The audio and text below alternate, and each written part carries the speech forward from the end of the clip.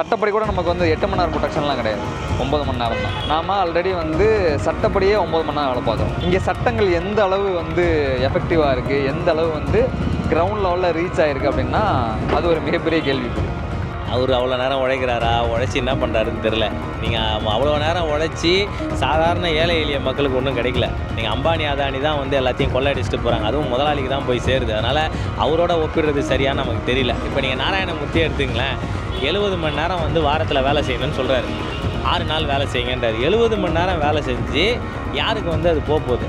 இப்போ நாராயணமூர்த்தினா சொல்ல இந்தியாவை வளர்த்தெடுக்க தொழிலாளர்கள்லாம் அதிகமாக வேலை செய்கிறன்றாரு. உண்மையாலுமே என்னென்னா தொழிலாளர்கள் அதிகமாக வேலை செஞ்சால் நாராயணமூர்த்தி தான் வளருவார். எதுக்கு உதாரணம் என்னென்னா, நாராயணமூர்த்தி தன்னுடைய பேர குழந்தைக்கு 280 கோடி ரூபாய்க்கு ஷேரை எழுதி வைக்கிறார்.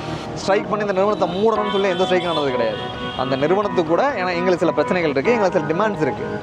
அந்த டிமாண்ட்ஸை பேசுகிறதுக்கான வாய்ப்பை அந்த நிறுவனம் கொடுக்காத போது கடைசியான வெப்பனாக தான் வந்து அந்த ஸ்ட்ரைக் எடுக்கிறாங்க. அப்போ அந்த 280 கோடி ரூபாய் அந்த குழந்தை எங்கன்னா சம்பாரித்து வேலை வாங்கிச்சா?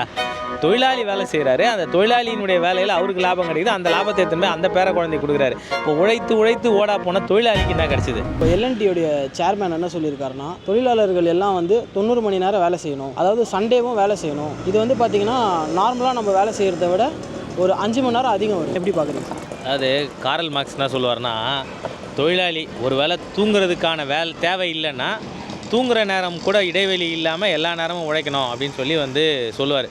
அப்படி தான் வந்து முதலாளித்துவம் நினைக்கும். ஸோ தூங்குறதுக்கான இடைவெளி கூட இல்லாமல் மனுஷனால் வேலை செய்ய முடியும்னா அந்த நேரம் கூட வேலை செய்ய வைக்கிறதுக்கான வேலையை முதலாளித்துவம் பண்ணோம். ஆனால் என்ன பிரச்சனைனா, இயற்கை அப்படி மனுஷனை படைச்சிருந்தா ஒரு வேலை அப்படியே வந்து வேலை செய்ய வைக்கும். ஸோ ஒரு பாயிண்ட் என்னென்னா, எவ்வளோக்கு எவ்வளோ தொழிலாளி வேலை செய்கிறானோ அவ்வளோக்கு அவ்வளோ முதலாளிக்கு வந்து லாபம். இப்போ அவர் அவர் சேர்மன், எல்என்டி சேர்மன்னா 51 கோடி ரூபா வந்து அவர் அவருடைய சம்பளம் போன வருஷத்தை விட இந்த வருஷம் 43% உயர்ந்திருக்குன்னு சொல்லி பட்டியல் சொல்கிறாங்க. அப்போ அந்த லாபம் எங்கேருந்து வந்தது? தொழிலாளியினுடைய வேலை நேரத்தில் தான். அப்போ ஒரு வாரத்தில் 40 மணி நேரம் 48 மணி நேரம் வேலை செஞ்சு இவ்வளோ லாபம் வருதுன்னா இவருக்கு இன்னும் ஜாஸ்தியாக வரும். பொதுவாக இப்போ எஸ்என் சுப்பிரமணியன் சொன்ன மாதிரியான ஸ்டேட்மெண்ட்டை வந்து நிறைய பேர் சொல்லியிருக்காங்க. இது வந்து ஃபஸ்ட்டு தடவை கிடையாது. இதுக்கு முன்னாடி வந்து நம்ம நாராயணமூர்த்தி சொல்லியிருக்காரு, ஃபாக்ஸ்கான்ற நிறுவனம் இதை பற்றி பேசியிருக்கு, ஒர்க்கிங் ஹவர்ஸை வந்து இன்க்ரீஸ் பண்ணணும் அப்படின்னு சொல்லிட்டு. இப்போ ஒர்க்கிங் ஹவர்ஸ் பற்றி நம்ம பேசும்போது இன்க்ரீஸ் பண்ணணும் அப்படின்னு அவங்க பேசுகிறாங்கன்னா, இப்போ எக்ஸிஸ்டிங்காக நம்ம எவ்வளோ நேரம் வேலை பார்க்குறோம் அப்படின்றது மொதல் கேள்வி. அஸ்பர்லா இப்போ நம்ம பொதுவாக 8 மணி நேரம் வேலை அப்படின்னு சொல்லுவோம். 8 மணி நேரம் வேலை இங்கே இருக்கான்னா மொதல் கேள்வி இல்லை. 8 மணி நேரம்லாம் யாரும் வேலை பார்க்கறதில்ல. நீ 8 மணி நேரம் வேலை பார்க்குறியா, நான் 8 மணி நேரம் வேலை பார்க்குறேன்னா அப்படின்னா நம்ம 8 மணி நேரத்துக்கு அதிகமாக தான் வேலை பார்க்குறோம். எக்ஸிஸ்டிங்காகவே இங்கே நம்ம கொஞ்சம் அதிகமான வேலை தான் பார்த்துட்ருக்கோம். நம்மளோட சட்டம் என்ன சொல்லுதுன்னா, ஃபேக்ட்ரிஸ் ஆக்ட்ன்ற ஒரு சட்டம் வந்து 9 மணி நேரத்துக்கு மேலே வேலை பார்க்கக்கூடாது அப்படின்னு சொல்லுது. 9 மணி நேரம் ஒரு ஆள் வந்து ஒரு நிறுவனத்தில் வந்து ஒரு நாளைக்கு வேலை பார்க்கலாம் அப்படின்றது தான் சட்டப்படி கூட நமக்கு வந்து 8 மணி நேரம் ப்ரொடெக்ஷன்லாம் கிடையாது, 9 மணி நேரம் தான். நாம் ஆல்ரெடி வந்து சட்டப்படியே 9 மணி நேரம் வேலை பார்க்குறோம். இங்கே சட்டங்கள் எந்த அளவு வந்து எஃபெக்டிவாக இருக்குது, எந்த அளவு வந்து கிரவுண்ட் லெவலில் ரீச் ஆகிருக்கு அப்படின்னா அது ஒரு மிகப்பெரிய கேள்விக்குறி. இந்த கன்ஸ்ட்ரக்ஷன் ஒர்க், இங்கே ஒரு கன்ஸ்ட்ரக்ஷன் நடந்துக்கிட்டு இருக்குது. அந்த கன்ஸ்ட்ரக்ஷன் ஒர்க்கர்ஸ் எவ்வளோ நேரம் வேலை பார்த்துக்கிட்டு இருக்கான்? ஒரு ஹோட்டலில் கேட்ரிங் எஸ்டாப்ளிஷ்மெண்ட்டில் இருக்க ஒர்க்கர்ஸ் வந்து எவ்வளோ நேரம் வேலை பார்த்துக்கிட்டு இருக்கான்? இப்போ எல்என்டின்னா நம்ம அந்த கன்ஸ்ட்ரக்ஷன் ஃபீல்டை ஒட்டியே பேசலாம். அவங்க சைட்டில் இருக்க ஒர்க்கர்ஸ்லாம் எவ்வளோ நேரம் வேலை பார்த்துக்கிட்டு இருக்காங்கன்னா குறைந்தபட்சம் 12 மணி நேரத்துக்கு அதிகமாக தான் வேலை பார்த்துட்ருக்காங்க. இப்போ ஆல்ரெடி இந்த எஸ்என் சுப்பிரமணியம் சொல்கிற டைமை தான் வந்து ஆல்ரெடி ஒர்க்கர்ஸ் வந்து வேலை பார்த்துக்கிட்டு இருக்காங்க. அதுலேயுமே அவங்களுக்கு என்ன பிரச்சனையாக இருக்குன்னா, இங்கே சட்டப்பூர்வமாக ஒரு ப்ரொடெக்ஷன் இருக்குல்ல, லீகலி ஒரு ப்ரொடெக்ஷன் இருக்குது. 9 மணி நேரம் தான் வேலை பார்க்கணும். இப்போ வந்து building and other construction workers ஆக்ட்னு ஒரு ஆக்ட் இருக்குது. அந்த சட்டப்படி அதில் ஒரு வேலை நேரம் இருக்குது. அந்த சட்டப்படி ஏதோ ஒரு டெஃபனேஷன் இருக்குல்ல, அதுவே அவங்களுக்கு பிரச்சனையாக இருக்குது. இவர் சொல்கிற கணக்கு பிரகாரம்னா ஞாயிற்றுக்கிழமை வேலை செய்யுங்க, ஆனால் 13 மணி நேரம் வேலை செய்யுங்கன்றார். வீட்டில் போய் என்ன பண்ண போகிறீங்கன்னு கேட்குறாரு. அப்போ எவ்வளோ நேரம் உங்களால் வேலை செய்யணுமோ அவ்வளோ நேரம் வேலை செய்யுங்க, அதில் கிடைக்கிற லாபம்லாம் எனக்கு வரும்ன்றது தான் அவருடைய சிந்தனை. ஸோ அது வந்து தப்பு. தொழிலாளர்களுக்கு வந்து ரிலாக்ஸேஷன் டைம்னு ஒன்று வேணும். இப்போ நீங்கள் 8 மணி நேரம் வேலை, 8 மணி நேரம் உறக்கம், 8 மணி நேரம் ஓய்வுன்றோம். இப்போ உறக்கமும் ஓய்வும் வேறு. அப்போ உறக்கன்றது வந்து நான் ரெஸ்ட் எடுக்கிறேன், அவ்வளோதான். ஓய்வுன்றது வந்து என்னன்னு சொன்னால், நான் பிடித்தமான ஒரு வேலைகளை செய்யலாம். எனக்கு நான் ஒரு ஓய்வை வரைகிறேன், ஒரு கட்டுரை எழுதுகிறேன், ஒரு புக்கு படிக்கணும், அதுக்கான நேரம்லாம் தேவையில்லை. இவர் என்ன சொல்கிறாங்கன்னா, மனுஷனை வந்து எந்திரத்தின் ஒரு பகுதியாக இருக்கணும்னு சொல்லி இவங்க நினைக்கிறாங்க. ஸோ அப்படி மனுஷனால் இருக்க முடியாதுன்றது தான் எதாவது. அந்த சட்டப்படி இருக்க ப்ரொடெக்ஷனையும் ஒன்றும் இல்லாமல் பண்ணணும் அப்படின்னு நினைக்கிறாங்க. ஏன்னா நாளைக்கு வந்து இன்கேஸ் ஏதோ பிரச்சனை வந்துச்சுன்னா நான் அந்த சட்டத்தை வச்சு கிளைம் பண்ண முடியும், என்னோடய வேலை நேரம் இது தான் அப்படின்ட்டு. இவங்களோட நோக்கம் வந்து அந்த சட்டப்பூர்வமான ப்ரொடெக்ஷனை வந்து உடைக்கிறது தான். இந்த வேலை நேரத்தை இன்க்ரீஸ் பண்ணணும் அப்படின்னு அவங்க பேசிகிட்டு இருக்குது. கிரவுண்ட் லெவலில் எல்லாம் அதிகமாக தான் வேலை பார்த்துக்கிட்டு இருக்கான், அது அவங்களுக்கும் தெரியும். ஆனால் இந்த சட்டப்பூர்வ ப்ரொடெக்ஷன் வந்து அவங்களுக்கு பிரச்சனையாக இருக்குது. ஸோ வந்து அந்த சட்டப்பூர்வமான ப்ரொடெக்ஷனை உடைக்கணும் அப்படின்ற அஜெண்டாவோட தான் இவங்க எல்லாருமே பேசிகிட்டு இருக்காங்க. இப்போ வந்து எஸ்என் சுப்பிரமணியமாக இருக்கட்டும், நாராயணமூர்த்தியாக இருக்கட்டும், வந்து அவங்க சாதாரண நபர்கள் நம்ம கடந்தெல்லாம் போயிட முடியாது. அவங்க எல்லாருமே இங்கே அந்த காமர்ஸ் ஆஃப் இண்டஸ்ட்ரீஸ் பெரிய பெரிய இண்டஸ்ட்ரியலிஸ்ட் அவங்களுக்கு இங்கே இருக்க அரசாங்கத்தை நேரடியாக பார்த்து இங்கே இருக்க பெரிய பெரிய அதிகாரிகளை நேரடியாக பார்த்து டிமாண்ட் வைக்கிறதுக்கான எல்லா வாய்ப்புகளுமே அவங்களுக்கு இருக்குது. ஸோ வந்து அவங்களோட மோட்டோன்றது வந்து ஆர்கனைஸ்டாக இங்கே இருக்க லீகல் ப்ரொடெக்ஷனை வந்து ஒன்றும் இல்லாமல் பண்ணணும் அப்படின்றது தான். சார் இப்போ வந்து பார்த்திங்கன்னா இதை பற்றி இதுக்கு முன்னாடியே வந்து இன்ஃபோசிஸ் உடைய one of the founder Narayana Murthy என்ன சொன்னார்னா, இந்தியாவில் இருக்கிற எல்லா யங்ஸ்டர்ஸும் வந்து 70 மணி நேரம் வேலை செய்யணும், அதாவது ஒரு வாரத்துக்கு 6.5 நாள் வேலை செய்யணும் அப்படின்னு சொல்லியிருக்காரு. அவர் அதுக்கு எடுத்துக்காட்டாக யாரை சொல்கிறாருன்னா, நம்மளுடைய பாரத பிரதமர் மோடி வந்து ஒரு வாரத்துக்கு 100 மணி நேரம் வேலை செய்கிறாரு. ஸோ நம்ம 70 மணி நேரம் வேலை செஞ்சால் தான் அவருக்கு டெடிகேட் பண்ணுற மாதிரி இருக்கும்னு சொல்கிறாரு. இதை பற்றி அதுதான் அவர் வந்து ஒரு எக்ஸாம்பிளுக்காக என்ன எக்ஸாம்பிள் எனக்கு புரியல ஆக்சுவலி. இப்போ வந்து அவர் சொன்ன பாயிண்ட்லேருந்து எடுத்தோன்னா ஒரு அதிகார மட்டத்தோட உச்சபட்சத்தில் இருக்கவங்க வந்து நான் 100 மணி நேரம் வேலை பார்க்குறேன், இத்தனை மணி நேரம் வேலை பார்க்குறேன் அப்படின்னு கிளைம் பண்ணுறதும் சாதாரணமான ஒரு தொழிலாளி கிளைம் பண்ணுறதும் ஒன்றும் கிடையாது. இப்போ பிரதமர் மோடினா அவருக்கு சுற்றி அசஸ் பண்ணுறதுக்கு 1000 பேர் வந்துகிட்டு இருக்காங்க, அது வேறு கம்ப்ளீட்டாக அதை நம்ம கம்பேரே பண்ண முடியாது. அதே மாதிரி இவங்க இப்போ நாராயணமூர்த்தி சொல்லும்போது நான் எவ்வளோ நேரம் வேலை பார்க்குறேன், அந்த எஸ்என் சுப்பிரமணியம் சொல்லும்போது நான் எவ்வளோ நேரம் வேலை பார்க்குறேன்னா, ஒரு எம்ப்ளாயர் வந்து சகல வசதிகளோட தனக்கு கிடைக்க வேண்டிய சம்பளத்தை மீறி பல கோடி சம்பளங்கள் அதிகமாக வாங்கிட்டு நான் வந்து 1 மணி நேரம் 2 மணி நேரம் வேலை அதிகமாக பார்க்குறதும், நான் 25,000 சம்பளம் வாங்கிக்கிட்டு வந்து 4 பேராக வேலை பார்க்குறதும் ஒன்றும் கிடையாது. அவர் அவ்வளோ நேரம் உழைக்கிறாரா, உழைச்சி என்ன பண்ணுறாருன்னு தெரில. நீங்கள் அவ்வளோ நேரம் உழைச்சி சாதாரண ஏழை எளிய மக்களுக்கு ஒன்றும் கிடைக்கல.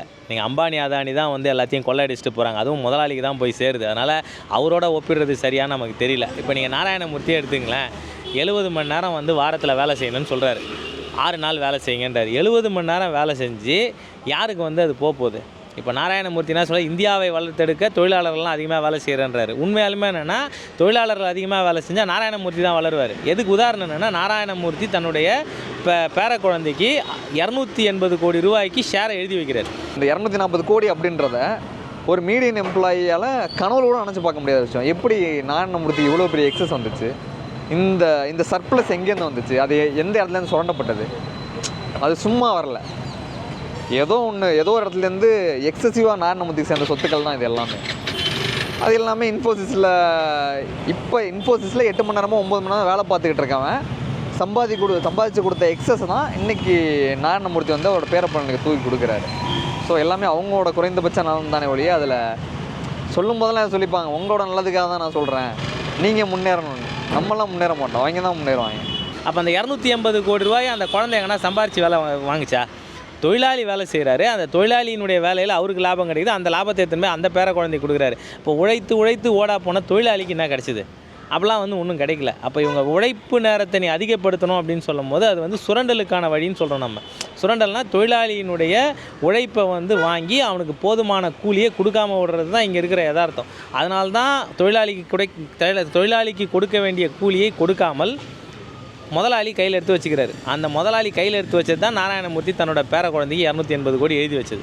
அப்போ என்னன்னா இவங்க வந்து உழைச்சா நீங்கள் வந்து முன்னேறிடலாம், உழைப்பே உயர்வு அப்படின்லாம் வந்து பேசுகிறாங்க. இப்போ உழைக்காமல் யார் இருக்கா?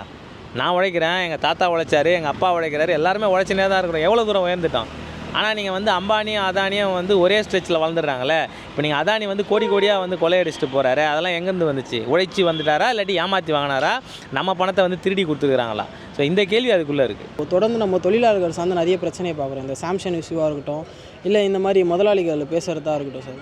அவங்க என்ன சொல்கிறாங்கன்னா, இப்போது இந்த மாதிரி வேலை செஞ்சால் தான், வேலை செய்யாமல் இவங்க இவ்வளோ இது பண்ணுறது வந்து எங்களுடைய கம்பெனிக்கு லாஸ் ஆகுது, எங்களுக்கு லாஸ் ஆச்சுன்னா உங்களுக்கு எப்படி வேலை இருக்கும் அப்படின்ற மாதிரி கேட்குறாங்க சார். உடனே மூடிடுவாங்க அப்படின்னு சொல்லுவாங்க. இப்போ ஸ்ட்ரைக்குன்றது நான் இன்னமும் இப்போ ஆரம்பிச்சு இன்னும் 1 மணி நேரத்தில் ஸ்ட்ரைக்கா மொத்த கம்பெனி மூடு அப்படிலாம் பண்ண முடியாது.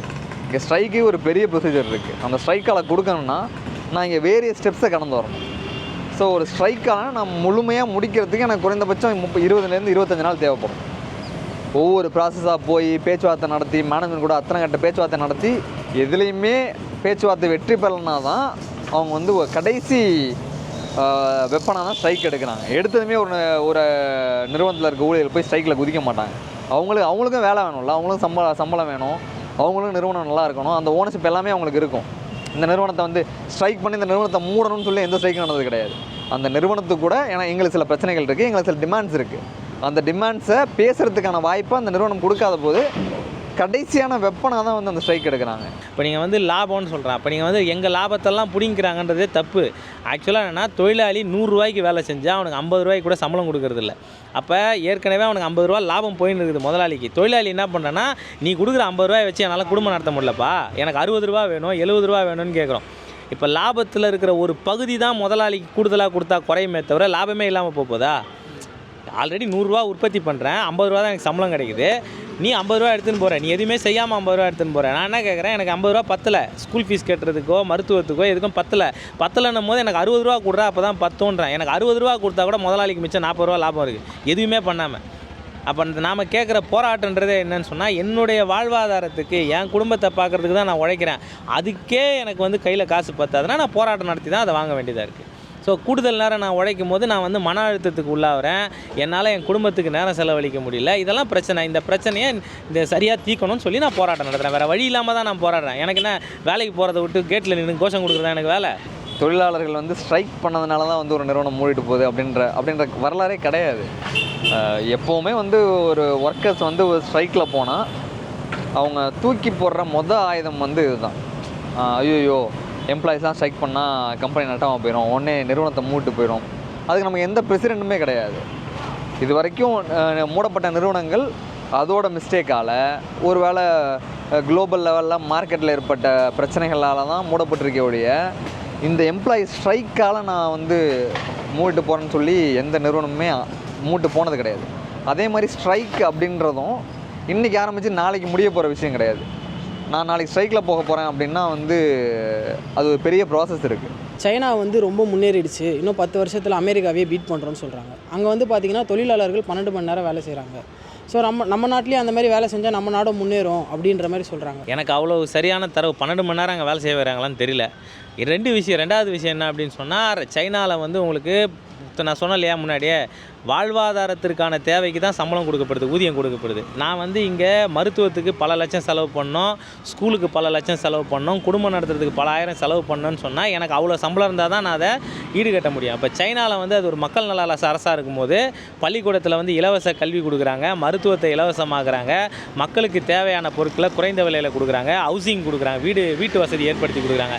இதெல்லாம் பண்ணி கொடுக்கும்போது அவனுக்கான கூலியுமே வந்து என்னென்னு சொன்னால் குறைவான தேவையாக தான் இருக்குது. அப்போ அரசாங்கம் கூடுமான விஷயங்களை செய்து கொடுக்கும்போது என்னுடைய போராட்டத்திற்கான உந்துதலே வந்து குறைஞ்சி போயிடுது. அப்போ மக்கள் நல அரசாக இந்த அரசு செயல்பட்டுச்சின்னு சொன்னால், அதற்கேற்ற தேவைகளை மக்களுக்கு வந்து அது உருவாக்கி கொடுத்துச்சின்னு சொன்னால், நாம் வந்து இன்னும் இயல்பாகவே இன்னும் நம்மளுடைய தேவைகள் குறையும் போது நான் ஏன் கூலி அதிகமாக வேணும்னு போராட்டம் நடத்த போகிறேன்? ஸோ அந்த வேலைகளை அரசு செய்யணும். ஸோ இது வந்து ஒரு 12 மணி நேரம் வேலை செய்கிறாங்க, 14 மணி நேரம் வேலை செய்கிறாங்க, இஷ்டத்துக்கு சொல்லிட்டு போகிறதே வந்து ஒரு பிரச்சனையாக பார்க்குறேன்.